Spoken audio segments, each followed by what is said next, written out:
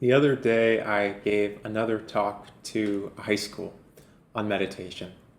And I was talking to the students and the organizers about their experience of meditation and asked how it was for them. Had they been meditating in the past couple weeks in general, and what was their experience in general? And one of the organizers said something that I thought was a generally useful sort of thing to notice as you begin to meditate, which is that she finds more space in her decision making. So she has more choice. She says she can be more deliberate, was the word that she used, around her actions, and less reactive.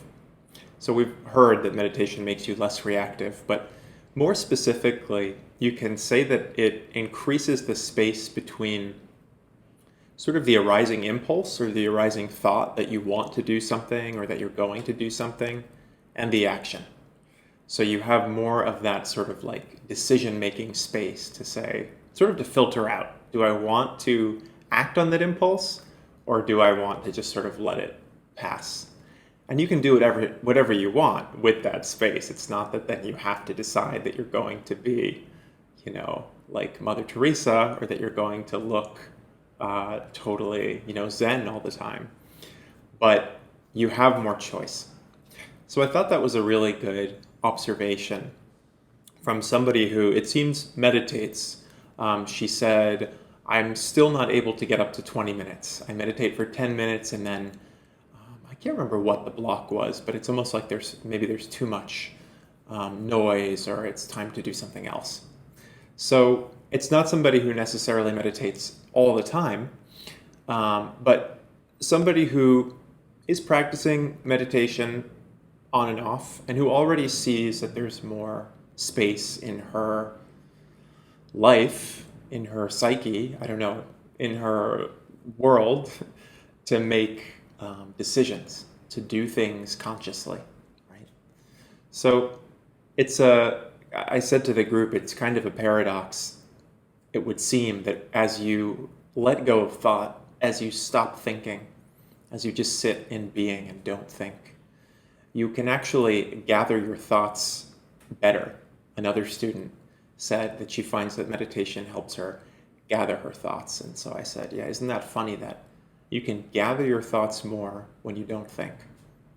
And it also makes sense because without thinking, there isn't this constant sort of momentum of thought that's pulling you along with it. And so you have there is somebody who can gather the thoughts. There's more of an observer, of a being there to gather the thoughts instead of sort of having the thoughts gather you and pull you along. So this was an interesting observation about meditation. And it's a quick one, but for those who are beginning, see if you can notice this new space that comes in that that gives you the choice. It gives you, I don't know, like the option to act on your thoughts or not, maybe more than you would have otherwise or had before. And if you've been meditating for a while, continue to deepen that space and recognize that that space is what you are, that it goes much deeper than even that the identity starts to collapse into that space, that any sense of what reality is in a fixed way starts to collapse into that space, that ultimately the only reality is that space. And so in the beginning, there's this extra space from impulses to sort of act more deliberately and more mindfully. But as you go deeper and deeper, things change even more until only that space is what you perceive as real. And everything else is kind of a fantasy in a way. It's a rough way to say it, but more or less. So focus on the space, keep going deeper, see what's there, see how much opens up, let things dissolve if you get to that point and your world starts to collapse a little bit because you're meditating.